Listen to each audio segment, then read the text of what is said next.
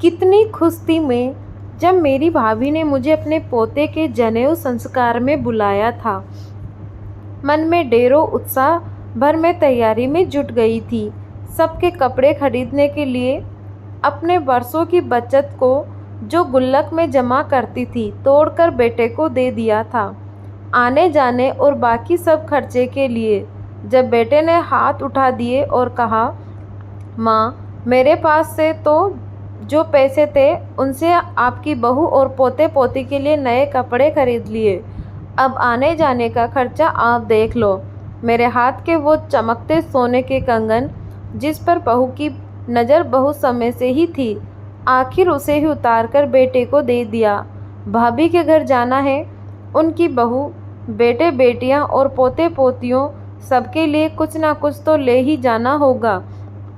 खाली हाथ मायके कैसे जाऊंगी? भाई के जाने के बाद पहली बार ही तो उनके घर जा रही थी। मेरे साथ साथ मेरी बहू अंजू भी तो कितनी खुश नज़र आ रही थी। रोज़ रोज़ बाजार जाती और नए नए कपड़े चप्पल जूते खरीद लाती। मन तो मेरा भी करता था कि कम से कम 2 जोड़ी कपड़े तो अच्छे से मेरे पास भी होते। और मेरी चप्पल तो इतनी घिस गई थी कि अब नंगे पैर चलना ज़्यादा अच्छा था। कंकड़ और कांटे चप्पल में फंसते तो सीधा मेरे पैर में नहीं, हृदय में ही घात कर जाते। जिन बेटों पर इतना खर्च किया पढ़ाने लिखाने और उनकी हर फरमाइश पूरी करने में, आज वो इतना कमाते हैं तो अपनी माँ की घिसी हुई चप्पल उन्हें नज़र नहीं आती। मेरे बेटे बहू को कभी मेरी ज़रूरत का ध्यान ही नहीं रहता। अंजू का उत्साह देखते ही बनता था। मैं भी खुश थी कि बहू का स्वभाव बदल रहा है। और तो और अब वो मुझ पर चीखती भी नहीं थी पहले की तरह। उसने तो मुझे अपने कमरे तक ही सीमित कर दिया था। पर एक दिन पड़ोस वाले मिश्रा जी की बहू से जब वो बात कर रही थी तो मैं भी वहीं से गुजर रही थी। उसकी बात सुनकर आंखों से बहते आंसुओं को रोक नहीं पाई और अपने कमरे में आकर उनकी फ़ोटो को गले लगाकर खूब रोई।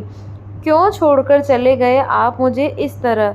आज आपकी बहू मुझसे छुटकारा पाने के लिए ही तो मेरे भाई के घर मुझे छोड़ने जा रही है। कह रही थी, अब इस बुढ़िया को वापस नहीं लाएंगे, अपना वहीं रहेगी और मैं यहाँ चैन से रह पाऊँगी। मैंने तो कभी कोई रोक टोक नहीं की, उसके किसी काम में दखल नहीं दिया। फिर क्यों मैं उसे फूटी आँख भी नहीं सुहाती। रात पर पति की फ़ोटो से बात करते सुबह मेरी आँख लग गई। चादर मेरी आंसुओं से भीगी हुई थी। सुबह जब नींद खुली तो मैंने फैसला कर लिया था, अपने बहू बेटे से अपमानित होने से अच्छा है अपने भाई के घर ही चली जाऊं। भाई नहीं है, अब तो भाभी और मेरे भतीजे भतीजी और उनके बच्चे सब तो हैं। अपनी बाकी की ज़िंदगी अब वहीं रहूँगी। 2 दिन बाद मैं अपने बेटे बहू के साथ अपनी भाभी के घर आ गई। बड़ा सा आलीशान घर रंग बिरंगे बिजली के बल्ब से चमक रहा था। अगले दिन ही जनेऊ था मेरे मझले भतीजे के बेटे का। भाभी तो मुझे देखकर चहक उठी थी। गले लगाकर बोली, रमा, बहुत अच्छा किया आप आ गई। अब मैं आपको यहाँ से नहीं जाने दूँगी।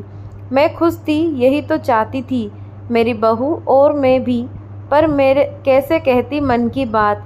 रास्ते भर भगवान से यही मना रही थी कि भाभी मुझे अपने पास रोक ले। भाभी की बहुओं और सबके लिए लाए सामान को दिया तो सबने यही कहा, इसकी क्या ज़रूरत थी। बुआ जी आप आ गए, बच्चों को आशीर्वाद देने, वही बहुत है। मेरे कपड़े और चप्पलें देख मंद मंद मुस्कुराते और कानाफूसी कर मेरा मजाक उड़ाते सुना था। बहुत बड़ी पार्टी का आयोजन किया था मेरे भतीजे ने।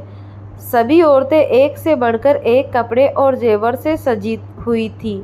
मेरे पास तो ले देकर बस वो एक जोड़ी सोने के ही कंगन बचे थे जो यहाँ आने के लिए उन्हें भी बेचना पड़ा।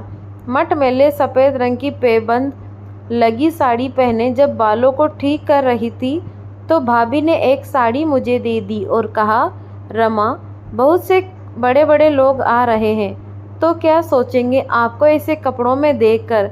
यह पहन लीजिए, आप पर जचेगा। आपके लिए नए कपड़े लाने का समय ही नहीं मिला। मेरी साड़ी बिल्कुल नई ही है, बस एक आध बार ही कभी पहनी होगी मैंने। आपसे उम्र और रिश्ते दोनों में बड़ी हूँ, तो क्या आप मेरे कपड़े नहीं पहन सकती? मैंने भी वो साड़ी सहर्ष स्वीकार कर ली। हल्के बादामी रंग पर सुनहरा बॉर्डर बहुत जच रहा था। कितने सालों बाद कुछ अच्छा पहना था।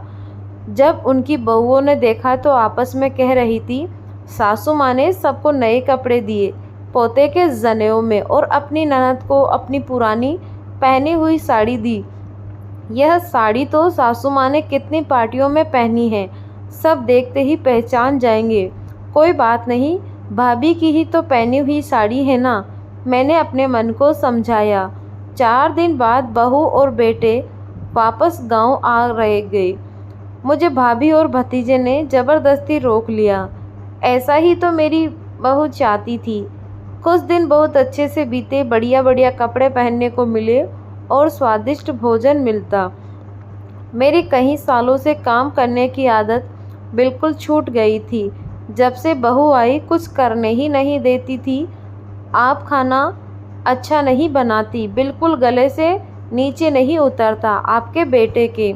मैं तो रोज़ इतना फीका खाना नहीं खा सकती। रोज़ रोज़ होटल से मंगवाना संभव नहीं है। आप आराम करो, खाना मैं बनाऊंगी। मेरा बेटा जो 30 साल से मेरे हाथ के बने खाने को उंगलियां चाटकर खाता था, अब उसी के गले से नहीं उतरता वही खाना। औरत के हाथ से जब रसोई की बागडोर छीन ली जाती है तो बिन प्राण के शरीर बनकर रह जाता है उसका जीवन। बस वही मेरा हालत थी। मैं पहले आलसी नहीं थी, पर जब कोई काम ना करे तो दिन भर नींद आएगी ही। यह उन दवाइयों का भी असर था जो बहू मुझे रोज़ सुबह उठते ही देती थी, जिसके खाने के बाद मैं दिन भर अलसाई सी रहती। मेरे भतीजे और उनकी पत्नियों को अखरने लगा था कि बुआ किसी काम में हाथ नहीं बटाती। वो मुझे हर काम के लिए ताने देते, कहते, बुआ आज दिन में सोना नहीं है आपको, अचार के लिए आम काटना है, आंगन में घास उगाई है, आज शाम तक आंगन साफ चकाचक कर देना। बारिश का मौसम है पर कपड़े तो सुखाने ही है ना, आप पूरा ध्यान रखिएगा। धीरे धीरे मुझे हर समय खुद का अपमान होते दिख रहा था। इससे तो अच्छा था मैं अपने घर में ही बेटे बहू से अपमानित होती थी, वही ठीक था।